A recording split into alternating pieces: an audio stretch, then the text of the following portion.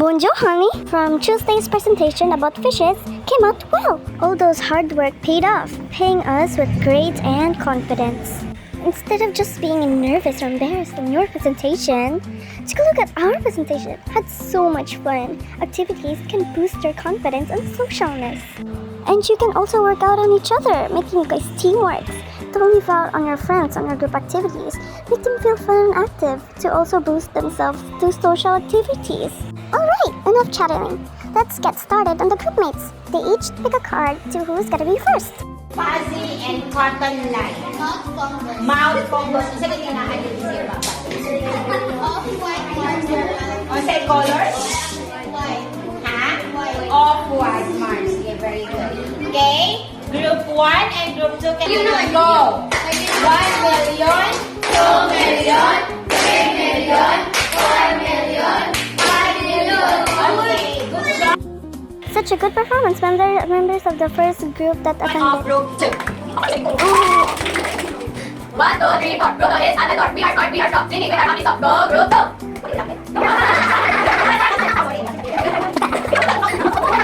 Okay, start. Good afternoon, everyone. Good afternoon, Mrs. Andrade. So today we are representing grade group 2. About what? About fishes, duh.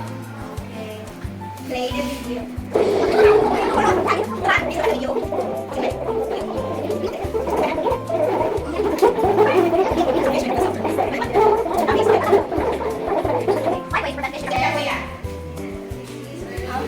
Five ways how to prevent aquarium fish disease.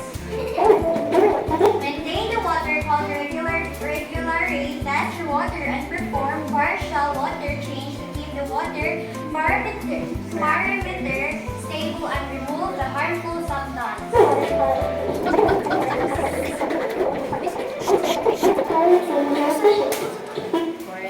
Quarantine the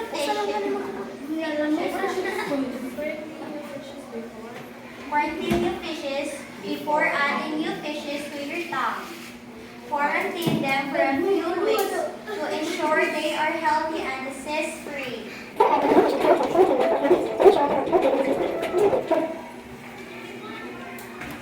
Number 3, provide a balanced diet.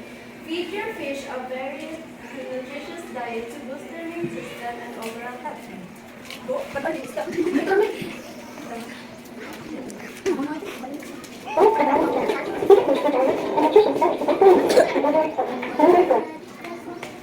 Avoid overfeeding can lead to poor quality and poor water quality and stress, making fishes more susceptible to diseases.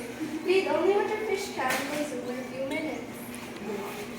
Number 5.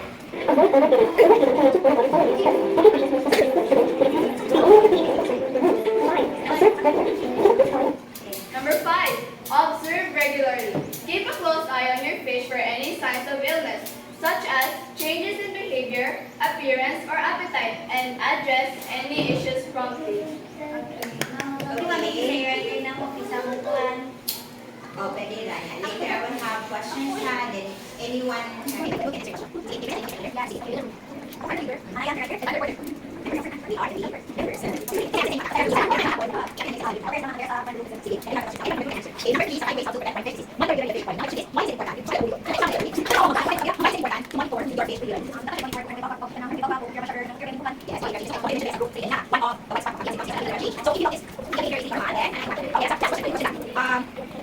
always be there for time so they don't get the disease. How important is taking care of them? Very good job, Botan. Group 2. Pwede yung class mo kaya ba 1 million, 2 million, 3 million, 4 million, 5 million. Wala tayo na. 3, 2, 1. Literal fun! Members that also attended.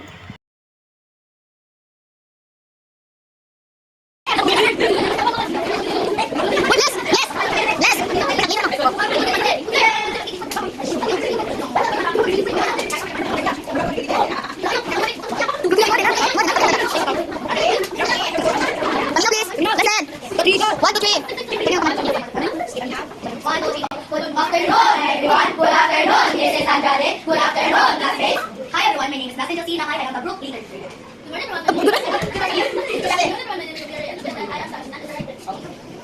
afternoon, everyone. My name is Good afternoon, everyone. My name is Isha Zarin Delegaspi, and I am the second helper. Good afternoon, everyone. You are the mother of the Okay, very good. We're going to discuss about fish disease symptoms and intervention. Number 1, fin and tail rot. Sophia, what is the symptoms? The symptoms of the fin and tail rot. Fin turns white. Fin appears to dry and bleed. Fishes, what is the prevention? Clean water, close Gerald. trees, and good care.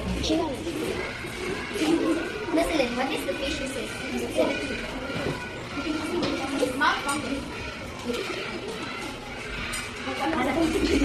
Hannah, what is the symptoms of malfunction?